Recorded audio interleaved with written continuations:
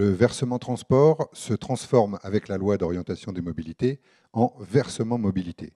Le versement transport, je le rappelle, c'est la principale recette des autorités organisatrices. Il est payé par les entreprises de plus de 11 salariés et représente chaque année un produit d'environ 7 milliards d'euros, ce qui en fait évidemment un outil essentiel du financement des transports collectifs dans le pays. Alors, le passage du VT, le versement transport, au versement mobilité, le VM, ça change quoi? On en parle avec Aurore Guidon, qui est juriste à Agir Transport. Bonjour. Bonjour. Alors, expliquez-nous pourquoi est-ce que la LOM a transformé le VT en VM? Tout simplement pour mettre en cohérence finalement les compétences des AOM, c'est-à-dire tout ce qui est service de mobilité, avec finalement ce que peut financer cette fameuse recette, qui, je le rappelle, présente la particularité d'être un impôt qui est affecté à la mobilité. Et donc, pour dépasser un peu cette image d'un versement de transport qui ne serait affecté qu'au transport public, tels que des services réguliers, bus, etc., là, on va pouvoir avoir un financement par le VM de services de mobilité tels que les mobilités actives ou les mobilités partagées. Alors, est-ce que toutes les autorités organisatrices de la mobilité ont le droit de lever le versement mobilité?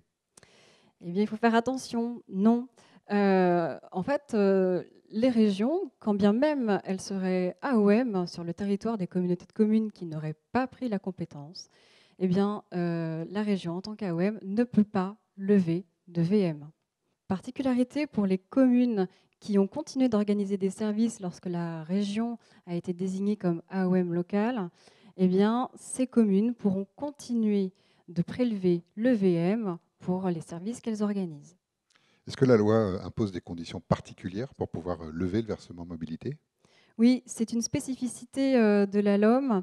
Elle conditionne l'instauration du VM à l'organisation d'un service régulier de transport, étant précisé que ce service régulier de transport doit être distinct d'un simple service de transport scolaire. Autre condition, plus formelle celle-là, c'est que au sein de la délibération même qui instaure le VM, il faudra lister l'ensemble des services qui justifient la mise en place du VM. Dans l'instauration du versement mobilité, quel sera le rôle du comité des partenaires? C'est un rôle important. Désormais, les AOM, avant toute instauration du VM ou avant toute évolution de son taux, devront saisir le fameux comité des partenaires. C'est désormais une nouvelle étape procédurale que les AOM vont devoir prendre en compte. Est-ce que la loi permet de moduler le taux du versement mobilité sur le territoire? Oui, mais seulement pour une certaine catégorie de structures de coopération locale. Il s'agit des syndicats mixtes, qu'ils soient AOM ou qu'ils soient dits SRU, c'est-à-dire ces syndicats mixtes qui permettent la coordination de plusieurs AO. Pourquoi finalement cette modulation est-elle rendue possible pour les syndicats mixtes? Eh bien, afin de favoriser le regroupement des AO au sein de syndicats mixtes, eh bien, il a été décidé de lever un éventuel frein que pourrait constituer le VM. Et donc, ces structures-là, ces syndicats mixtes, pourront désormais moduler le taux du VM selon un critère qu'elles vont définir et qui sera déterminé en fonction de deux indicateurs, le potentiel fiscal et la densité de population. Et le taux et la réduction du taux sur le territoire d'un EPCI devra être en rapport direct avec l'application de ce critère par rapport aux autres EPCI. Une dernière question, est-ce que la LOM a changé quelque chose pour le versement mobilité qui est levé justement par ces syndicats mixtes SRU?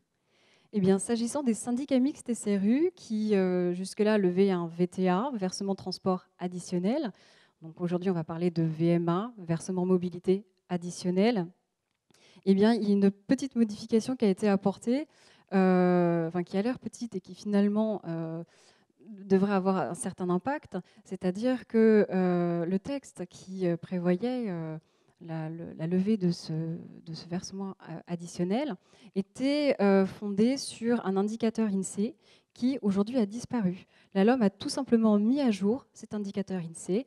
Donc, il en est fini des espaces à dominante urbaine et la LOM a donc modifié le texte et a introduit la notion d'aire urbaine et de communes multipolarisées.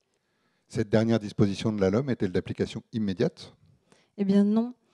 Ces dispositions n'entreront en vigueur qu'à compter du 1er janvier 2021, ce qui signifie que ces syndicats mixtes, les syndicats mixtes actuels, disposeront donc d'un peu de temps pour se mettre en conformité.